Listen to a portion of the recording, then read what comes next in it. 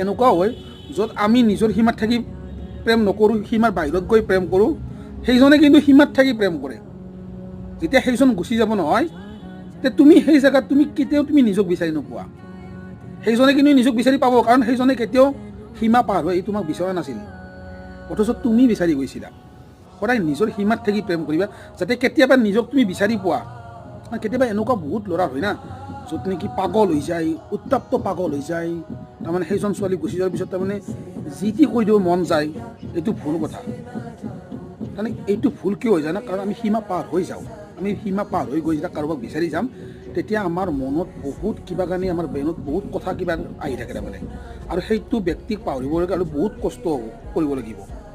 সেই যিজনে সীমা পাৰ হৈ কাৰোবাক বিচাৰে নহয়, যদি সেইজন ব্যক্তিক নাপায় নহয়, তেতিয়া সেই মানুহজনে কিন্তু বহুত ভাবিব লাগে, কাৰণ তেওঁৰ লগত কটা সময়বোৰ, তেওঁৰ লগত পতা কথাবোৰ তেওঁ কেতিয়াও পাহৰিব নোৱাৰে, কেতিয়াও পাহৰিব নোৱাৰে।